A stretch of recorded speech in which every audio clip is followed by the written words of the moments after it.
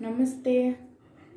Last lecture में हम humans की डाइजेस्टिव सिस्टम के बारे में पढ़ रहे थे कि जो हम खाना खाते हैं वो आखिर पूरा डाइजेस्ट कैसे होता है, उसके बारे में हम पूरी डाइजेस्टिव सिस्टम पढ़ रहे थे, जिसमें हमने माउथ, टंग इसके बारे में पढ़ा। लास्ट में हमने टंग का टॉपिक कंप्लीट किया था।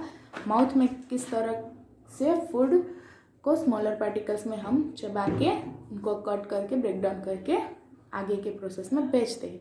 तो माउथ में जो खाना हमने चबा लिया वो अब कहाँ पे जाएगा? ईजोफेगस यानी कि फूड पाइप में। जो हमारे माउथ से लेकर हमारे पेट तक का जो फूड पाइप होता है उसको कहते हैं ईसोफेगस। देखो, the swallowed food passes from the mouth to the stomach through a passage or a pipe called food pipe or esophagus। जो खाना हमने मुंह में चबा लिया अच्छे से उनको हमने खा लिया, वो खाना मुंह से लेकर पेट तक एक पाइप के थ्रू जाएगा जिसको कहते हैं ईसोफेगस अथवा तो food pipe. The food pipe runs along the neck and the chest. Food pipe कहाँ से? तो के नेक से लेकर यानी कि हमारे नेक होता है वहाँ से लेकर हमारे चेस्ट तक फूड पाइप आता है, वहाँ तक खाना हमारा मुंह से लेकर चेस्ट तक पहुँचाता है ईसोफेगस के through. Food is pushed down by the movement of the wall of the food pipe. No digestion take place here. जो फूड होता है वो वॉल के मूवमेंट की वजह से, हम जब अपना खाना निगलते हैं तब वॉल की मूवमेंट की वजह से क्या होता है तो कि खाना मुंह से लेकर फूड पाइप के थ्रू चेस्ट तक पहुंच जाता है और इस बीच में कोई भी डाइजेशन होता नहीं है। डाइजेशन प्रोसेस यहाँ पे होता नहीं है। यहाँ पे क्या होता है? सिर्फ फूड मुंह से लेकर चेस्ट के तक पहुंचाने का काम। At times the food is not accepted by the stomach, this result in vomiting. और यहाँ तक पहुँचते वक्त अगर जहाँ ये जो फूड पाइप होता है वो मुंह से लेकर कहाँ तक तो के पेट तक पहुँचाने का काम। और अगर पेट तक पहुँचाने समय देखो ये फूड है यहाँ से नीचे आ रहा है मूवमेंट करके, फूड कहाँ तो के ये स्टोमक तक पहुँच रहा है। अगर स्टोमक ने एक्सेप्ट नहीं किया, फूड को स्वीकारा नहीं, तो जो प्रोसेस होता है उसको कहते हैं वोमिटिंग, यानी कि हमें फील होता है वोमिट जैसा, तो फिर वोमिट हो जाता है और जो खाना हमने खाया है वो वापस बाहर निकल जाता है, क्योंकि वो खाना हमारे पेट यानी कि हमारा स्टोमक एक्सेप्ट करता नहीं है। उसके बाद है स्टोमक। स्टोमक में क्या होता है तो कि stomach is a thick walled flatted bag present in the upper abdomen. Stomach क्या है तो कि एक थिक वॉल्ड यानी कि उसकी जो वॉल्ड उनकी दीवार होती है एकदम थिक होती है और एक बैग जैसा होता है जो अपर एब्डोमेन में प्रेजेंट होता है। It is the widest part of the alimentary canal and receive food from the food pipe. Alimentary canal यानी कि जो हमारे डाइजेस्टिव सिस्टम की पूरी है ना, उसमें से सबसे वाइडेस्ट पार्ट यानी कि सबसे बड़ा पार्ट पेट का ही होता है। क्या करता है तो कि फूड पाइप में से फूड को रिसीव करता है। The inner lining of the stomach secretes mucus, hydrochloric acid and digestive juice performing the following function. Stomach के अंदर इनर लाइनिंग में क्या क्या सीक्रेट होता है? एक म्यूकस, हाइड्रोक्लोरिक एसिड और डाइजेस्टिव जूस। अब ये 3 सीक्रेट होता है, लेकिन इन तीनों का सीक्रेट होने का काम इनका काम क्या है तो कि mucus protect the inner lining of the stomach. Mucus क्या करता है? स्टोमक के इनर लाइनिंग को प्रोटेक्ट बचाता है, जिसकी वजह से स्टोमक की इनर लाइनिंग प्रोटेक्टिव रहती है। एसिड क्या करता है? The acid kills bacteria which enters along with the food and also make the medium acidic so the digestive juice can act। Acid क्या करता है? जो खाना हमने खाया उसके अंदर कोई अगर बैक्टीरिया साथ में आ रहे हैं तो उनको वहीं पे किल कर देता है, मार देते हैं और उस मीडियम को एसिडिक बना देते हैं ताकि हमारा डाइजेस्टिव जूस उस पर एक्ट कर सके। अब digestive juice help to break down the proteins into simpler substance. Digestive juice act करना मतलब डाइजेस्टिव जूस क्या करता है तो कि जो प्रोटीन्स हमने खाने में ली है उनको सिंपलर सब्सटेंस में ब्रेक डाउन करना। तो the partially digested food from the stomach goes into the small intestine. अब यहाँ पे हमारा आधा डाइजेशन तो हो गया, पार्शियली डाइजेस्टेड फूड, और आधा तो हमने डाइजेस्ट कर लिया। अब यहाँ से खाना कहाँ पे जाएगा तो कि स्मॉल इंटेस्टाइन में जाएगा। Small intestine Small intestine is highly coiled, about 7.5 meter long tube. Small intestine क्या है तो कि ये कोयल जैसी शेप में होती है और कितनी लंबी तो कि 7.5 मीटर लॉन्ग ट्यूब, एक जैसे की ट्यूब लेकिन कोयल शेप में। तो कि digestion of all type of food is carried out and completed here, सभी डाइजेशन हुए फूड यहाँ तक लाते हैं और बाकी का डाइजेशन भी यहीं पे हो जाता है। Absorption of digested food also take place in the small intestine, digestion के बाद उसमें से एब्जॉर्प्शन करना यानी कि जो न्यूट्रिशन हमें चाहिए उनका एब्जॉर्प्शन भी स्मॉल इंटेस्टाइन में ही होता है।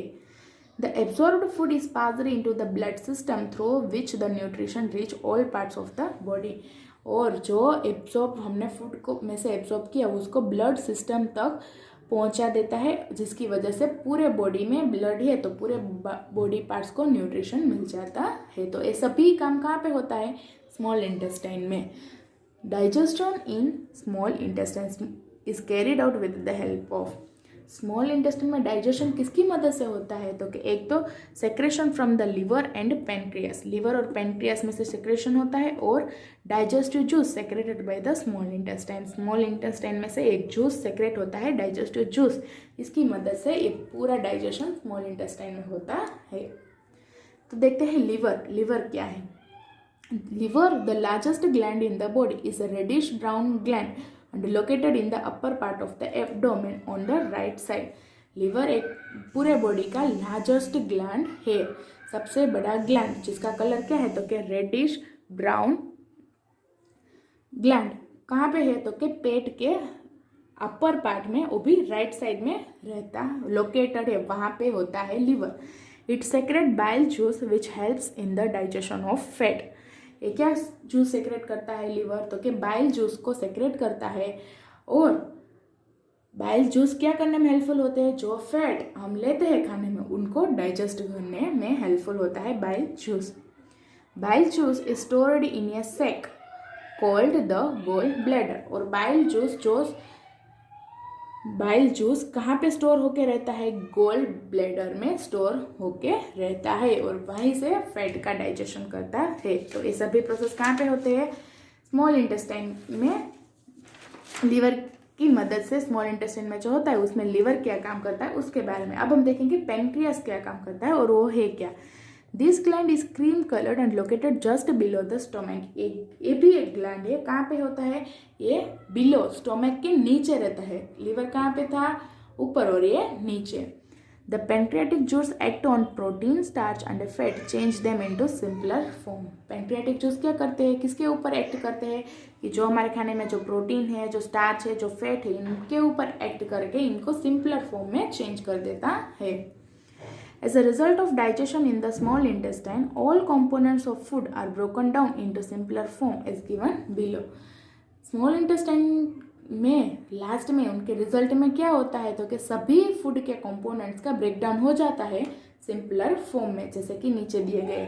क्या होता है तो कि carbohydrates are broken down into simpler sugar which such as glucose, जो कार्बोहाइड्रेट्स हमारे फूड में है उनको ब्रेक डाउन करके क्या बना देता है? सिंपलर शुगर, मतलब ग्लूकोज में उनका कन्वर्शन हो जाता है। फैट का कन्वर्शन किस में होता है? Fat are converted into fatty acid and glycerol, fat को कन्वर्ट करके फैटी एसिड और ग्लिसरॉल में चेंज कर देते हैं, और प्रोटीन्स का कन्वर्ट एमिनो एसिड में कर देते हैं। Proteins are converted into amino acid. हमारे खाने में जितने कार्बोहाइड्रेट, जितने फैट और जितने प्रोटीन्स है, इन सबको अलग अलग में कन्वर्ट करने का काम कहाँ पे होता है? स्मॉल इंटेस्टाइन में होता है। अब डाइजेस्ट तो हुआ, अब उसके अंदर एब्जॉर्प्शन भी तो होता है ना, उसके बारे में। Absorption in small intestine, the inner wall of small intestine has a number of finger like outgrowth called villi. जैसे कि हमने स्टोमक में भी देखा था इनर वॉल में, उसी तरह स्मॉल इंटेस्टाइन के अंदर की वॉल में क्या होते हैं? Number of finger like structure, finger जैसे स्ट्रक्चर में आउटग्रोथ होते हैं छोटे छोटे, वो क्या होते हैं? उनका नाम क्या है तो कि विली। ये विली क्या करती है तो कि the villi increase the surface area for absorption of digested food. Villi surface area को बढ़ाती है जिसके अंदर हम फूड में से न्यूट्रिशन को एब्जॉर्ब ज़्यादा से ज़्यादा एब्जॉर्प्शन कर सके। जो फूड हमने डाइजेस्ट किया उसमें से एब्जॉर्प्शन करना के सरफेस को इंक्रीज करने का काम विली करती है। The villi have a network of very fine blood vessels, इसका एक और नेटवर्क भी है जो कैसा होता है तो कि ब्लड वेसल्स यानी कि कैपिलरी, कैपिलरी की मदद से ये सभी जगह हमारे जो न्यूट्रिशन हमने एब्जॉर्ब किए स्मॉल इंटेस्टाइन में उनको सभी जगह तक पहुंचाने का काम भी विली ही करती। The food substance are absorbed by the villi and then transported through the blood vessels to different organ of the body. Villi food substance में से एब्जॉर्प्शन भी करती है और न्यूट्रिशन को और उसी को बॉडी के सभी पार्ट तक पहुंचाती है। इन the body the absorbed food is incorporated into cell component. This is called assimilation. इसी प्रोसेस को एसिमिलेशन कहते हैं। हमने आगे पढ़ा था कि एसिमिलेशन क्या है, तो के जो हमने फूड डाइजेस्ट किया उसमें से एब्जॉर्ब करना, न्यूट्रिशन एब्जॉर्ब करना, इसको कहते हैं एसिमिलेशन। तो यहाँ पे एसिमिलेशन प्रोसेस होता है। The food that remain undigested and the unabsorbed enter the large intestine. अब इसमें कुछ फूड ऐसा भी रह गया होगा कि जो डाइजेस्ट हुआ होगा नहीं, उसमें से कुछ भी एब्जॉर्ब भी हुआ नहीं, तो वो सभी फूड कहाँ पे जाएंगे, लार्ज इंटेस्टाइन में जाएंगे। देखते हैं लार्ज इंटेस्टाइन में क्या होता है। The large intestine is shorter in length but wider than the small intestine. Large intestine जो होता है वो लेंथ में तो शॉर्ट होती है, 1.5 मीटर की होती है, लेकिन थोड़ी वाइड होती है as compare to small intestine. लंबाई में छोटी लेकिन पौड़ाई में बड़ी स्मॉल इंटेस्टाइन के कंपैरिजन में। No digestion occurs here. यहाँ पे कोई डाइजेशन होता नहीं। यहाँ पे डाइजेशन कैसे होगा, यहाँ पे जो अनडाइजेस्टेड फूड है वही तो लार्ज इंटेस्टाइन में आए हैं ना, यहाँ पे कोई डाइजेशन होगा नहीं। Its main function is to absorb water from the undigested food material. Large intestine का मेन काम क्या है, यहाँ पे क्यों अनडाइजेस्टेड फूड को भेज देते हैं, क्योंकि यहाँ पे जो उस फूड में जितना पानी है उनको एब्जॉर्ब कर लेते हैं, क्योंकि पानी की ज़रूरत तो हमारे बॉडी को ऑलवेज रहती ही है, इसलिए जो फूड अनडाइजेस्टेड है उनमें से पानी को एब्जॉर्ब करने का काम लार्ज इंटेस्टाइन में होता है। उसके बाद है rectum. The undigested waste from the large intestine passes into the rectum and is stored here as a semi-solid phase. जो अनडाइजेस्टेड वेस्ट होते हैं वो लार्ज इंटेस्टाइन में सब कहाँ पे आएगा, तो क्या रेक्टम में, यहाँ पे आके स्टोर होके रहेगा। उसके बाद जाएगा एनस में। Anus the faecal matter is passed out through an opening called the anus. The process is called assertion.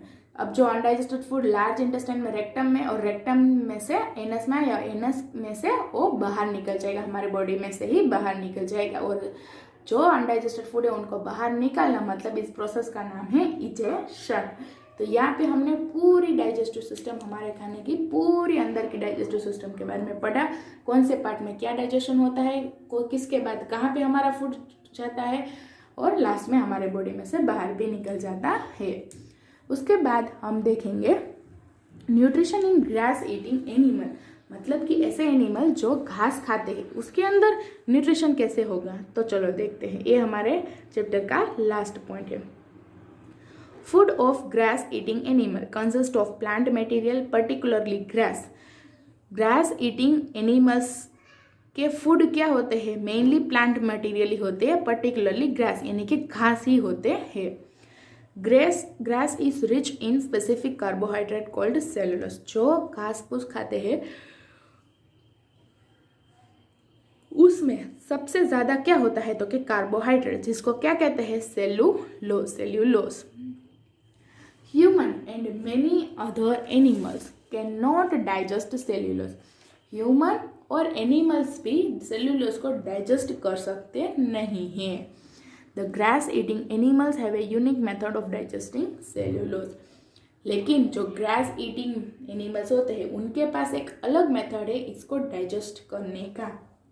क्योंकि अगर आप ही सोच लो, अगर हम घास को खाएंगे तो क्या हम डाइजेस्ट कर सकेंगे, नहीं कर सकते। और कुछ एनिमल्स भी ऐसे होते हैं कि जो डाइजेस्ट नहीं कर सकते, लेकिन जो घास खाते हैं वो एनिमल्स कर सकते हैं, क्योंकि उनके पास एक यूनिक मेथड है। देखते हैं वो मेथड क्या है, पूरा मेथड यहाँ पे हमें दी गई है। Have you seen a cow और buffalo doing something while resting. क्या कभी आपने देखा काउ हो, गाय हो या भैंस हो, जब वो रेस्ट करती है तब भी वो एक काम करती है। कौन सा काम, तो कि they keep chewing even when they are not eating. वो अपना मुंह हिलाते रहती है, चबाते रहते हैं वो काउ और बफेलो, लेकिन तब वो खा नहीं रही होते, लेकिन फिर भी बैठे बैठे रेस्टिंग टाइम में भी चीविंग करते रहते हैं। इनका मतलब क्या है, क्यों ये चीविंग करते हैं, In fact, the grass-eating animal quickly swallow the fodder and store it in a separate part of stomach called rumen. क्या करते हैं ग्रेस ईटिंग एनिमल्स? जब हम ग्रेस डालते हैं तब ये पूरा का पूरा फास्टली सभी ग्रेस को खा लेते हैं। इतनी जल्दी थोड़ी ना उनके अंदर डाइजेस्ट हो जाएगा। वो क्या करते हैं, सबसे पहले फूड को अपने बॉडी के अंदर ले लेते हैं, उसके बाद उसको स्टोर करते हैं। उनके स्टोमक का एक दूसरा 2 स्टोमक होते हैं, जिसको एक पहला स्टोमक उसको कहते हैं र्यूमेन, जो क्या करते हैं र्यूमेन में जल्दी से जितना खा सकते हैं उतना घास खा के र्यूमेन में स्टोर करके रख देते हैं। In the rumen food is partially digested, थोड़ा डाइजेस्ट हुआ फूड यानी कि थोड़ा बहुत चबा के जल्दी जल्दी खाना खा के र्यूमेन में स्टोर करके रख देते हैं। यहाँ पे पूरा डाइजेशन होगा नहीं। The partially digested food is called cud, जो फूड पार्शियली डाइजेस्ट हुआ उसको कहते हैं कर्ड, जहाँ पे स्टोर हुआ है उसको कहते हैं र्यूमेन। अब देखते हैं क्या होता है। The cud is then brought to the mouth in small lumps and chewed. अब जब वो रेस्ट में होते हैं काऊ और बफेलो, तब क्या करते हैं, र्यूमेन में से जो कर्ड है उनको चबाने के लिए वापस माउथ तक ले आते हैं। The process of chewing the cud is called rumination and the animal are called ruminant, यानी कि ये प्रोसेस जिसने जो थोड़ा बहुत डाइजेस्ट किया हो फूड र्यूमेन में रख स्टोर किया था उसको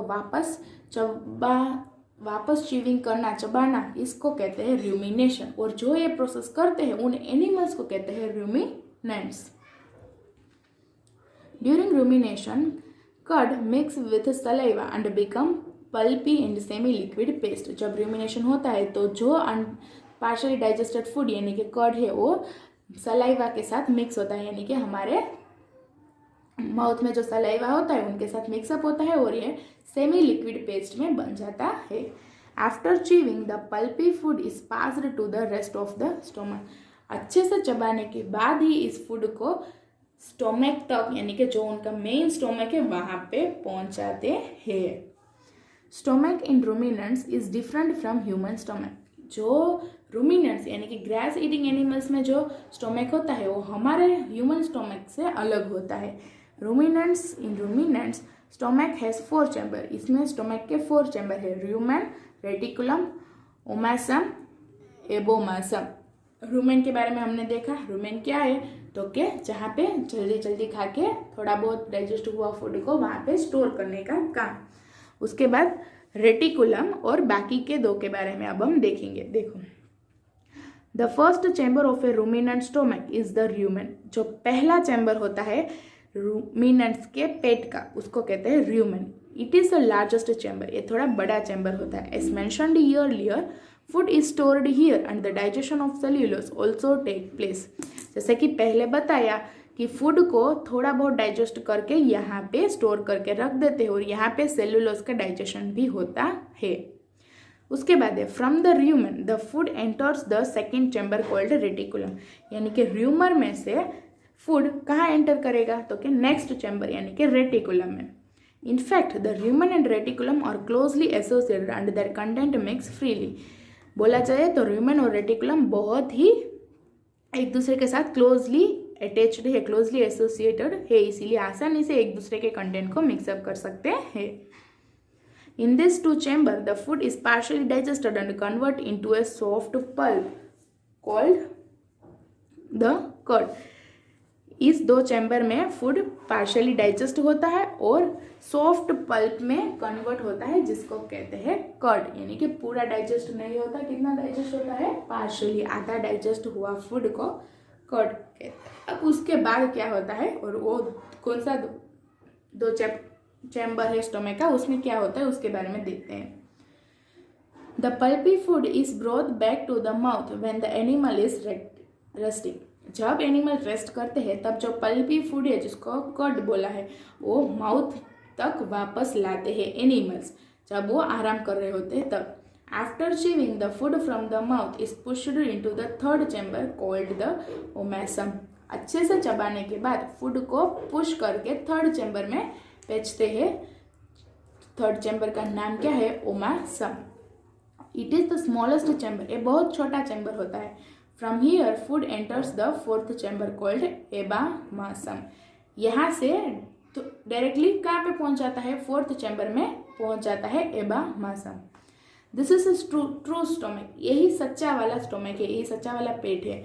digestive juice is secreted here to help in the process of digestion, ये इसी पेट में डाइजेस्टिव जूस सेक्रेट होता है जिसके कारण फूड का डाइजेशन होता है। From the fourth chamber food enters the small intestine, absorption of nutrition occurs here, और इसी चैम्बर में से फूड स्मॉल इंटेस्टाइन में एंटर होता है और वहाँ पे न्यूट्रिशन का एब्जॉर्प्शन होता है। यानी कि हमारे ह्यूमन में सिर्फ एक ही पेट था, लेकिन इसमें एक पेट में 4 चैम्बर है और अलग अलग चैम्बर में अलग अलग काम होता है। लास्ट में इंटेस्टाइन में जाके न्यूट्रिशन एब्जॉर्ब करते हैं। देखो, why have ruminants develop the habit of chewing the कड, क्वेश्चन है कि क्यों ये जो ग्रेस ईटिंग एनिमल्स जिसको रूमिनेंट्स बोलते हैं, ये क्यों ऐसी हैबिट डेवलप करते हैं कड को चीविंग चबाने का काम, क्यों? देखो, this is basically A survival mechanism for the food. Carnivores are on the lookout for herbivores. The herbivores, to avoid being caught, quickly eat their food and then reach a safe place. Now they chew and digest the food. क्या है तो कि ये उनका एक survival जीने का तरीका है। ये क्या करते हैं, कार्निवोर्स होते हैं, वो प्लांट ईटर्स ही होते, तो कार्निवोर्स होते for their food. Carnivores are on look out for herbivore. Carnivores होते हैं वो मीट ईटर्स होते हैं, लेकिन कभी कभी क्या कर लेते हैं, हेर्बीवोर्स के बारे में भी देखते हैं, यानी कि प्लांट्स भी खा जाते हैं। तो इसीलिए अपने फूड को ज़्यादा खाने के लिए क्या करते हैं, सबसे पहले क्विकली खा के स्टोर करके सेफ प्लेस में रख देते हैं, और जब फिर रेस्टिंग में होते तब उन्हें वापस डाइजेस्ट करते हैं चीविंग प्रोसेस के थ्रू। तो ये उनको जीने का तरीका है।